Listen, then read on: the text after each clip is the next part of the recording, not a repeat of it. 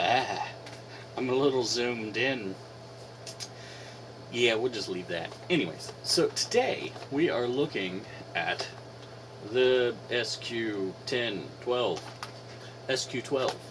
Oh, it doesn't have the name on the back. You'd think it would. Anyways, this is a GoPro-ish camera. It's really tiny. I think it's like 1x1. Anyways, you'll see. And it's motion JPEG camera, really small, GoPro-like,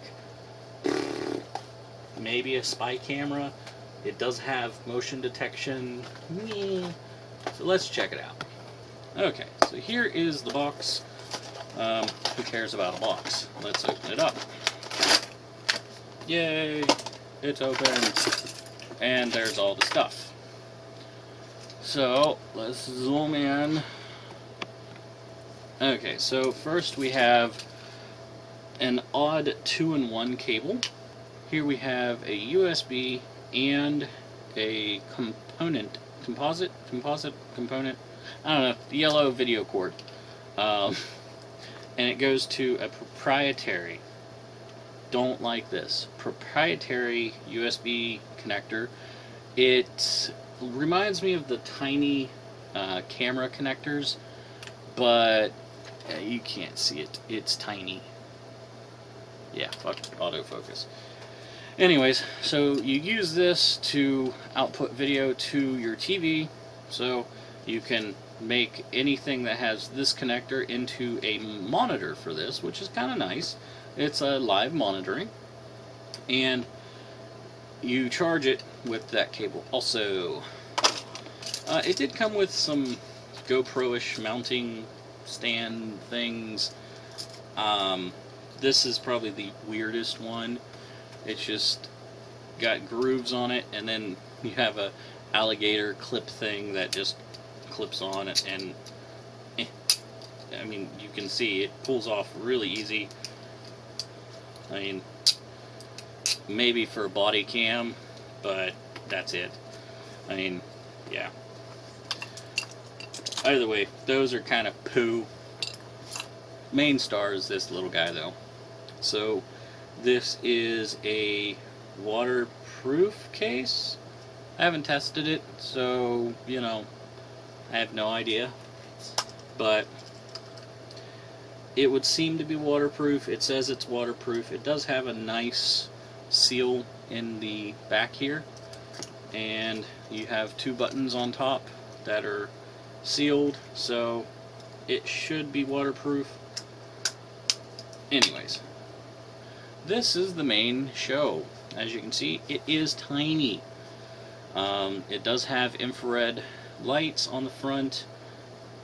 There's your camera. On top we have 2 buttons. On the right side of the device we have an SD card and micro SD, sorry, and the proprietary USB charging slot. On the bottom we have 2 little holes, and those are for the clamp thing. They just kind of hook in. So the instructions I didn't put back in the box. The instructions are decent for this camera. Make sure to read them, because there's a light. That is it. So let's turn it on. So as you can see, that blue light is on, so we don't want the blue light, we want a blue and red light. Push the M button once, and now we have a blue and a red light on, as you can see there. That means 1080p. And then you push the power button. It stays on for a second. Once it goes off, now it's recording. Yay! Yay! I'm recording.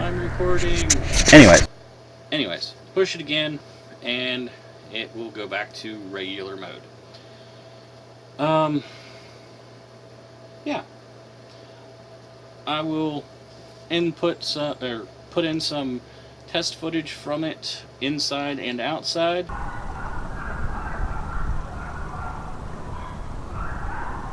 Yep. There she goes. She's going to go up and feed.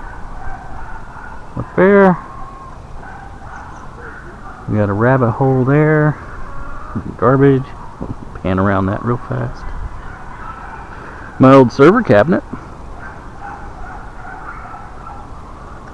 Okay, I think that's some good test footage. But so far, I do like this little thing. To turn it off, you have to hold the button down for 6 seconds, or basically until the light turns off. It does have an auto power off, but so far, I've only played with this for maybe an hour and a half, 2 hours over the last week, and the indoor quality isn't bad. The outdoor quality is pretty decent for a really tiny 12 megapixel motion JPEG camera. So, anyways, thanks for watching, and yeah. Bye-bye!